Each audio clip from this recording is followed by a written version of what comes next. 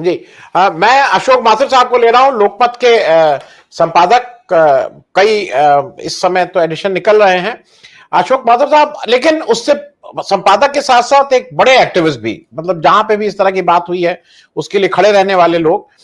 अशोक भाई साहब, मैं आपसे बहुत एक स्पेसिफिक चीज है कि ठीक है, कर्तव्य हमारा है, लेकिन क्या प्राइम मिनिस्टर का यह कर्तव्य है कि वो एक चुने हुए मुख्यमंत्री के लिए उसको ट्रोल करे? दीदी ओ दीदी, ये चुने हुए मुख्यमंत्री की हंसी उड़ा रहे हैं।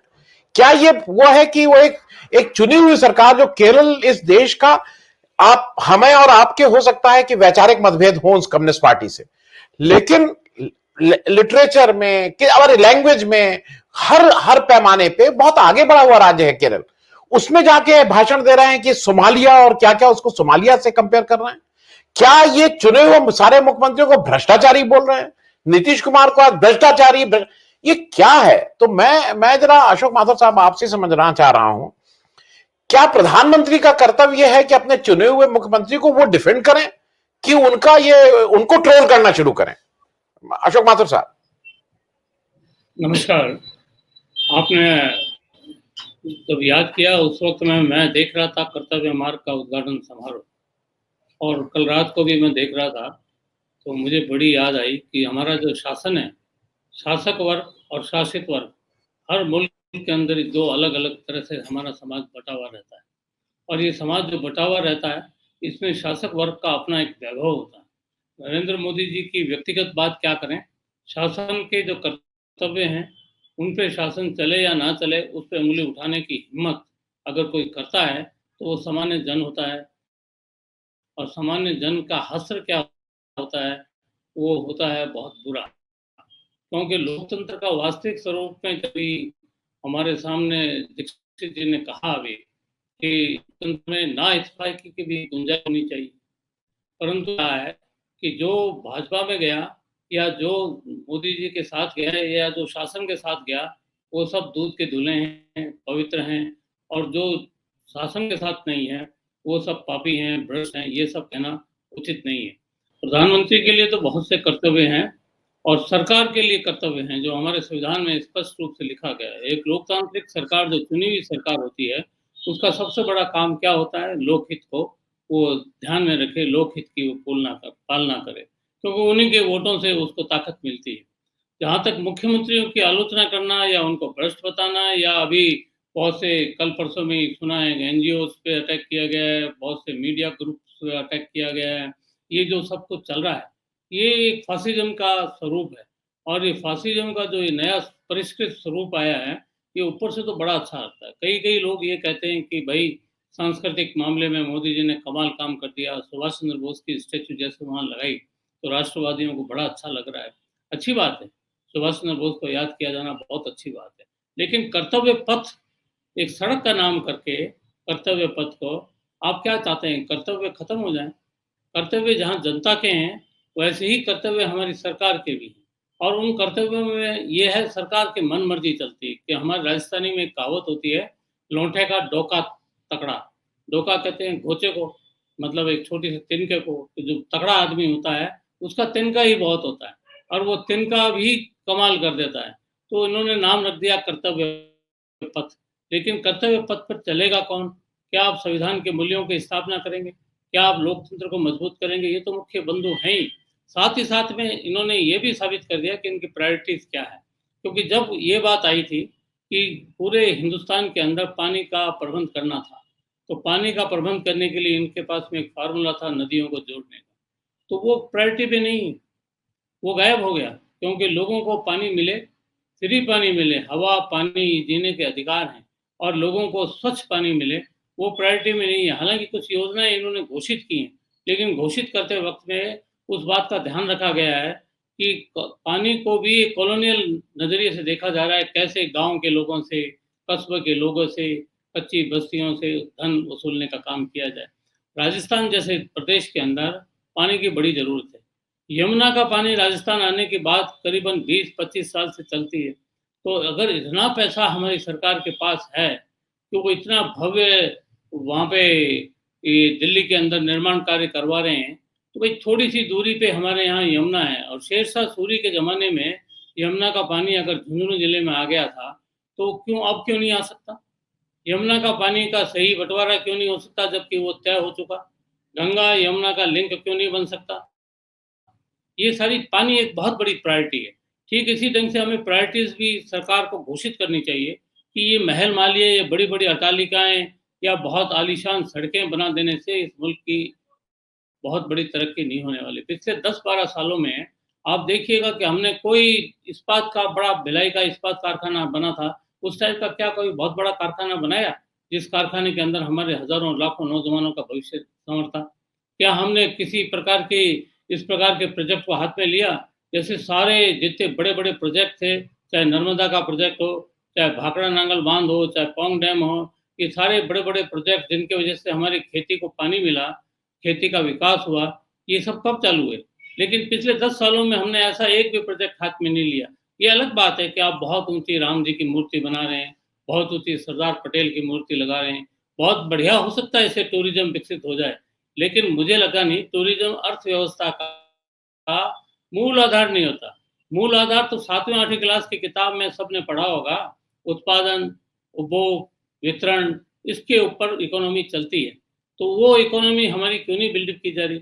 और सरकार अपने कर्तव्यों के पालन करने के लिए जहाँ सुभाष चंद्र बोस की मूर्ति लगाई है, या जहाँ पर भी ये उचित समझे, वहाँ संविधान की जो प्रस्तावना है, उसका भी एक शिलालेख लगाते, और सुबह जब पढ़ने के लिए वहाँ संसद जाते हैं या अपने दफ्तर जाते हैं, तो संविधान के प्रस्तावना को पढ़ करके अपने दफ्तर में जाके तमाम केंद्रीय कर्मचारी, तमाम बड़े-बड़े अफ़सर, तमाम मंत्री लोग अपने संविधान की ओथ लेकर के जो काम कर रहे हैं, वो वहाँ जाकर के उस काम को करें। लेकिन ऐसा नहीं है। ऐसा ये है कि वो बाज़ार में ये दिखाना चाहते हैं कि भारत विश्व की एक शक्ति बन रहा है, शक्ति ऐसे नहीं बनी। क्योंकि ऐसी शक्तियाँ जितनी भी बनी, उनका पतन रातों-रात हुआ है। क्योंकि जो समाज के अंदर, और ख़ास तौर से आज के युग के अंदर जो आर्थिक ढाँचा है पूरी दुनिया का, उस आर्थिक ढाँचे में छोटी-छोटी झोंपड़ी में रहने वाला व्यक्ति, जिसको आप ये उपभोक्ता कह सकते हैं, वो भी बाज़ार का एक अनिवार्य हिस्सा है। उस अनिवार्य हिस्से की परचेज़िंग कैपेसिटी क्या है? अगर उसकी परचेज़िंग कैपेसिटी नहीं बढ़ रही है, अगर एक मज़दूर की परचेज़िंग कैपेसिटी नहीं बढ़ रही है, अगर मध्यम श्रेणी का आदमी टूट रहा है, वो मज़दूर वर्ग में शामिल हो रहा है, तो आप समझ लीजिए आपकी इकोनॉमी ढह गई है। और उसकी परचेज़िंग कैपेसिटी बढ़ेगी कैसे? उसकी परचेज़िंग कैपेसिटी दान दक्षिणा से नहीं बढ़ने वाली, किसी मंदिर या मस्जिद के अंदर श्रद्धा करने से नहीं बढ़ने वाली। उसकी परचेज़िंग कैपेसिटी उत्पादन की साधनों का विकेंद्रीकरण हो, उत्पादन के साधनों में उसकी भूमिका हो, और बाज़ार में उसकी अहम भूमिका स्थापित हो। ये सारी बातें जब हम एक लोकतांत्रिक संविधान को स्वीकार लेते हैं, उसके अंदर हैं। मैं समझता हूँ मोदी जी या उनकी पूरी मंडली, और ख़ास तौर से राष्ट्रवादियों की जो राष्ट्रीय स्वयंसेवक संघ की मंडली है, वो खूब अच्छी तरह समझती है।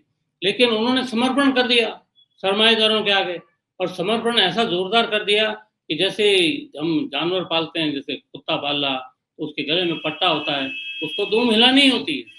तो हमारी सरकार के गले में किसका पट्टा है, ये भी तो ज़ाहिर करें। वो किसके आगे दूम हिला रहे हैं, वो किसको काटेंगे, ये बात पता तो लगे। तो कर्तव्य पथ सड़क का नाम कर देने से कर्तव्य की पालना नहीं होने वाली। और जिस दौर से हम गुजर रहे हैं, इस दौर का अंत क्या होगा? इस दौर का अंत क्या हम अराजकता के हो जाएँगे? क्योंकि हमारे देश के अंदर मैं ये कहूँ कि कोई संगठित क्रांति हो जाएगी, जो किसी ज़माने में रूस में या चीन में कहीं हुई थी, तो मुझे वो थोड़ा मुश्किल लगता है। क्योंकि अभी हमारे यहाँ संगठनिक शक्ति जनता की कम है। जनता के साइड में भी अभी कर्तव्य की जो है, जनता के कर्तव्य क्या-क्या हो सकते हैं, जैसे उसमें लोकतांत्रिक जागृति, उसमें ये जागृति हो, हर सवाल के ऊपर वो आवाज़ उठाना सीखे, सवाल दर सवाल चाहिए, सवाल का जवाब चाहिए।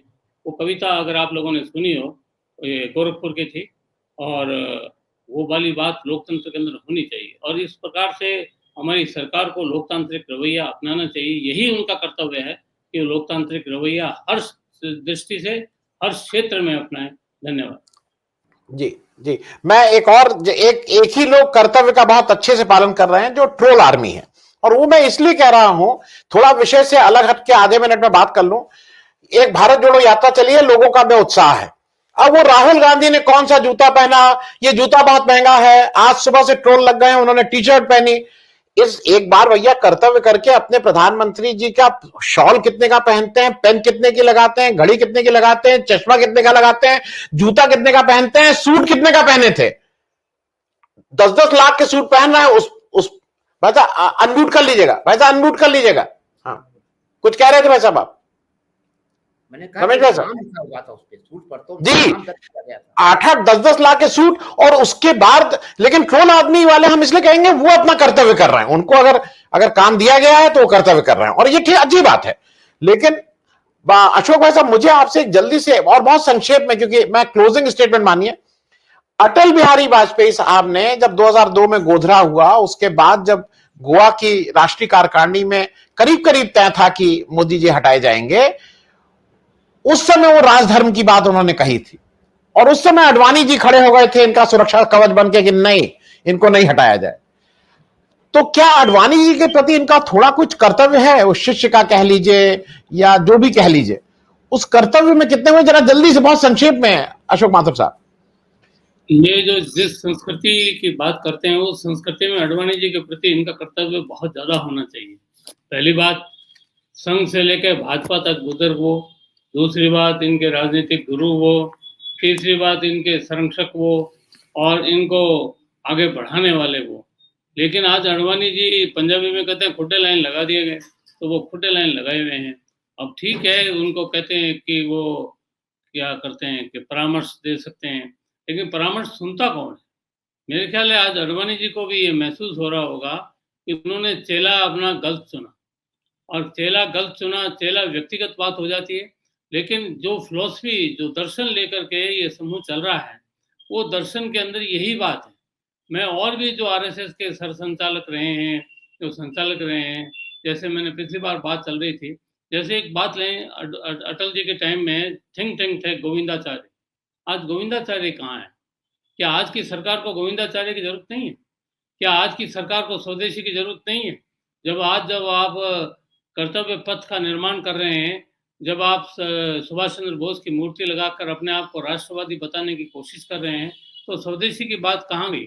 अब स्वदेशी के नाम पर आप कुछ राष्ट्रीय पूंजीपतियों को साथ लेकर के आप अपने साम्राज्यवादी दोस्तों को या विदेशी आकाओं को खुश करने लग रहे हैं, तो इससे क्या होगा?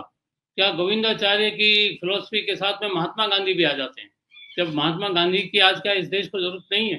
गांधी जी का नाम लेने से काम नहीं चलेगा। सरदार पटेल की बड़ी सारी स्टेचू लगा देने से क्या हम राष्ट्र की एकता को बना पाएंगे? जहां तक आपने अभी जिक्र किया राहुल गांधी की भारत जोड़ो यात्रा का, मैं भी भारत जोड़ो का एक सैनिक रहा हूँ। बाबा आमटे के साथ कन्याकुमारी से कश्मीर तक हम गए, और उसमें भी एक बड़ा मुद्दा था। वो मुद्दा ये था कि राष्ट्र की एकता को ईंट पत्थरों की इमारत को जमा देने से होगी, या यहाँ के नागरिकों की एकता से राष्ट्र की एकता होगी? यहाँ के नागरिकों के सद्भाव से राष्ट्र की एकता होगी, या नागरिकों के सह अस्तित्व से राष्ट्र की एकता होगी? बड़ी बड़ी इमारतें बना दें, बड़ी बड़ी आलीशान सड़कें बना दें, या कश्मीर से कन्याकुमारी तक कोई आयरन वॉल बना दें, और आप ये तय करें कि नहीं, इतना बड़ा राष्ट्र है हमारा, भौगोलिक रूप से ये आज एक है। वो बात नहीं है। बात साफ है कि हर आदमी को अवसर की समानता मिल रही है क्या? हर आदमी को लोकतांत्रिक अधिकार मिल रहे हैं क्या? क्या हर व्यक्ति को रोजगार के अवसर समान मिल रहे हैं? क्या उसको विकास के समान अवसर मिल रहे हैं? ये सारी बातें उस वक्त जब हम साइकिल पर चलते थे बाबा आमटे के साथ, तो जो हालत हमने तेलंगाना में देखी, जो हालत हमने तमिलनाडु में देखी, जो हालत श्रीनगर कश्मीर में देखी, उन हालातों को देख करके अभी जो राहुल गांधी चले, तो मैंने अभी कल ही एक राइटअप लिखा है, भारत जोड़ो से भारत जोड़ो तक। तो मैं राहुल गांधी से भी ये सवाल है मेरा कि राष्ट्र की एकता है क्या, और राष्ट्र की अवधारणा की जरूरत क्या है? जब आप ग्लोबलाइजेशन को स्वीकार रहे हैं, तो राष्ट्र की अवधारणा क्या अब रहेगी? राष्ट्र राज्य का जो रहेगा मामला? और अभी जब कर्तव्य पथ हमने बना दिया है, तो अब विनती कर सकते हैं भाई, इनको ना तो आदेश दे सकते, और जन आंदोलन इतना बड़ा खड़ा किया जाए लोगों के द्वारा। पहले मोदी जी नारा लगाते थे, उस वक्त मैंने इनको देखा हुआ है, इनके साथियों को देखा हुआ है, सियासन खाली करो कि जनता आती है। उस नारे में कितना दम था? कि आज की वर्तमान सरकार के सामने अगर कोई ये नारा लगा दे, तो ये डेमोक्रेटिक ढंग से क्या उस नारे को सुन भी पाएंगे क्या, या उस पर विश्लेषण भी करेंगे क्या? अगर करेंगे तो एक कहावत है कि निंदक नेरे राखी। अगर आप समालोचना सुन लेते हैं, अगर निंदा सुन लेते हैं तो उसमें से कुछ कमियां अगर आपको महसूस हो तो उसको ठीक कर लीजिए। ठीक कर लेंगे तो आपकी वाहवाही होगी, अगर आप ठीक नहीं करेंगे तो आपका लोकतांत्रिक व्यवहार नहीं है। और इसलिए अडवाणी जी की जो बात आपने छेड़ी, ये तो दिल के तार आपने छेड़ दिए। मोदी जी के हिले कि नहीं हिले तार मुझे पता नहीं। धन्यवाद।